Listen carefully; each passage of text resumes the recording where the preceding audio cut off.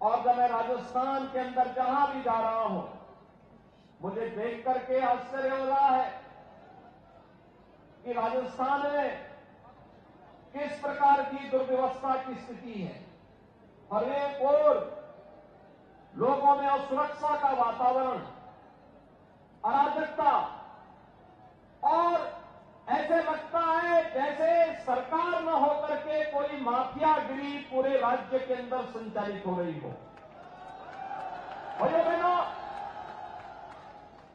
5 वर्ष राजस्थान के, वास्तव में अगर राजस्थान के इतिहास को अगर आप देखेंगे, जिस राजस्थान का अपना एक गौरवशाली इतिहास रहा है, शौर्य पराक्रम के लिए, भक्ति और शक्ति के लिए, कला और अपनी कलाकृतियों के लिए, जिस राजस्थान की अपनी एक पहचान थी, आज वह राजस्थान करा रहा है, एक वेदना है, और वह वेदना किसी और ने नहीं दी। यहां राजस्थान में 5 वर्ष पहले चुनी गई सरकार ही उस वेदना का कारण है।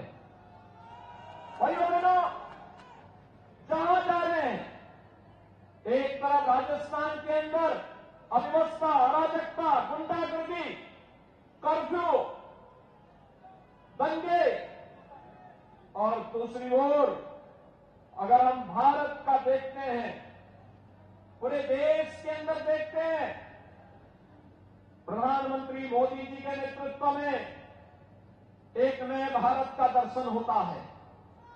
वैश्विक मंच पर जब मोदी जी जाते हैं, भाइयों बहनों, हम सब इस बात को देखते हैं, वह देश, उस देश के राष्ट्र प्रमुख पलक पावड़े बिछा करके प्रधानमंत्री मोदी जी का स्वागत करते हैं, उनका अभिनंदन करते हैं।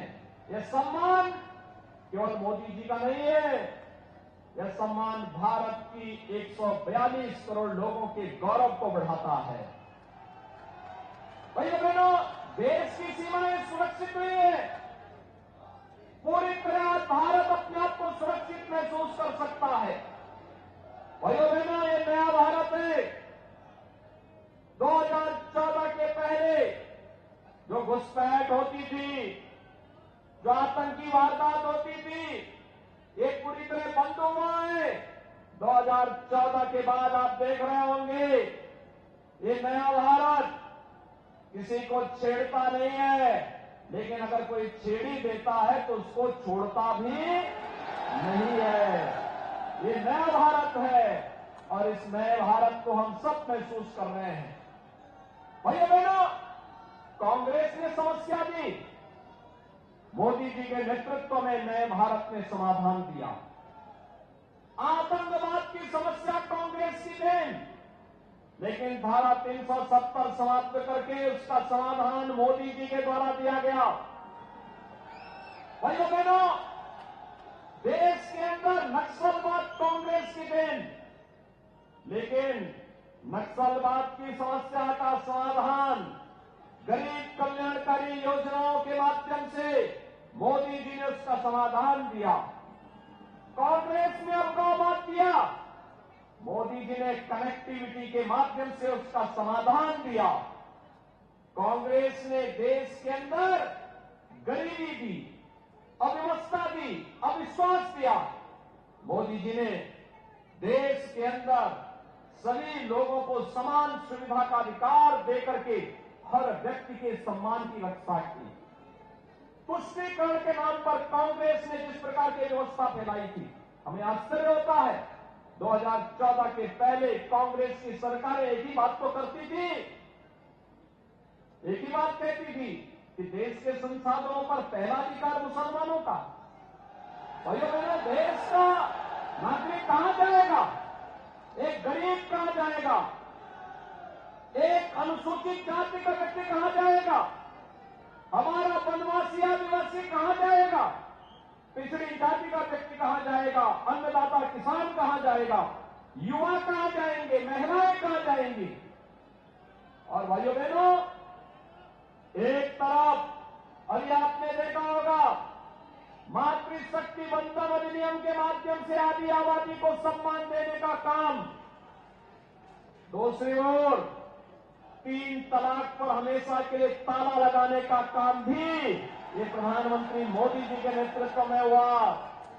गरीबों के कल्याण के लिए चलने वाली योजनाएं किस रूप में प्रभावी ढंग से लागू हो रही है? कोई सोचता था 12 करोड़ गरीबों के शौचालय बनाए गए 9 वर्ष में। एक आम कांग्रेस भी 55 वर्ष के शासनकाल में कर सकती थी। 4 करोड़ गरीबों के आवास बने, एक आम कांग्रेस की सरकार भी कर सकती थी। और इसी माटी के सपूत केंद्रीय जल शक्ति मंत्री ने 7 करोड़ परिवारों को हर घर नल के माध्यम से शुद्ध आरओ का पानी पहुंचाने का काम देश के अंदर किया। भाइयों बहनों, एक और चाहे वह उज्ज्वला योजना में 9 करोड़ 60 लाख परिवारों को फ्री में रसोई गैस के कनेक्शन की बात हो या सौभाग्य योजना में बिजली का कनेक्शन देने की बात, ये सभी कार्य बिना भेदभाव के हुए, क्योंकि मोदी जी ने कहा हम जाति मत और मजहब के आधार पर नहीं, हम इस देश के अंदर गांव के लिए, गरीब के लिए, किसान के लिए, नौजवान के लिए, महिलाओं के लिए, समाज के सभी तबके के लिए कार्य करेंगे। और इसके लिए उन्होंने नारा दिया, सबका साथ, सबका समग्र सोच है विकास की, और सबकी सबका साथ लेकर के कैसे योजनाओं का लाभ देना है। 100 से अधिक लोक कल्याणकारी, गरीब कल्याणकारी योजनाएं इसके उदाहरण हैं। इंफ्रास्ट्रक्चर में highway, railway, airport, IIT, IIM, AIIMS, one district one medical college जैसे आज के नए भारत के अनुसार वर्ल्ड क्लास इंफ्रास्ट्रक्चर आज हम भारत के अंदर देख सकते हैं। भाइयों बहनों, ये पिछले 9 वर्ष के अंदर मोदी जी के नेतृत्व में हुआ। लेकिन यहां पर जब हम राजस्थान की बात करते हैं तो ये राजस्थान 5 वर्ष में कहां पहुंच गया? भ्रष्टाचार में नंबर 1, दंगों में और अराजकता में नंबर 1। मुझे देख के आश्चर्य होता था, मुझे आश्चर्य होता था जब मैं देख रहा था यहां पे जोधपुर में, मुझे आज से 2 वर्ष पहले वो दिन याद है जब यहां जोधपुर की सड़कों पर नंगी तलवारें लहरा रही थी और दंगाई दंगा कर रहे थे। तब मुझे भाइयों बहनों याद आ रहा था, मैं सोच रहा था कि अगर ये दंगाई यूपी में होते तो मेरा बुलडोजर इनको रौंद करके सब ठीक कर दिया होता।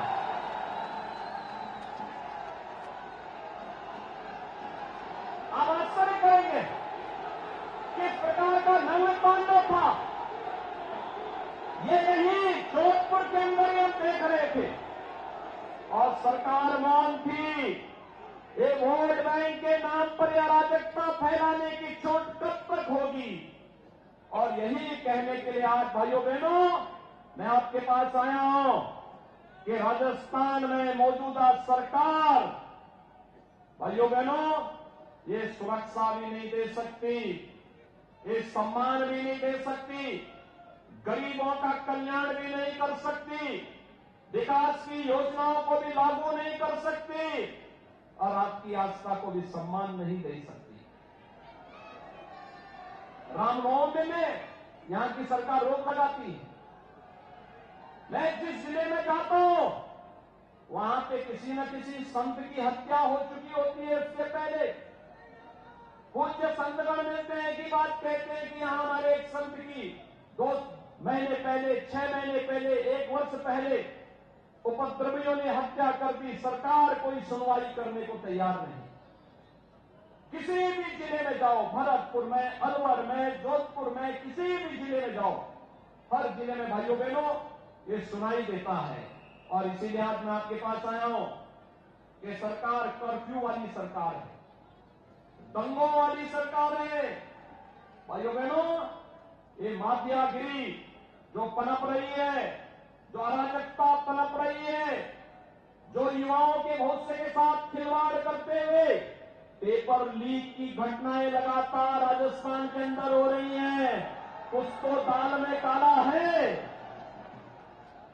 आपका मैं अभिनंदन करूंगा कि लोकसभा चुनाव में आपने यहां पर श्री गजेंद्र सिंह शेखावत जी को इतना भारी बहुमत से जिताया कि वह देश के अंदर जल शक्ति मंत्री बने और उस समय आपने कांग्रेस को पानी पिलाया था।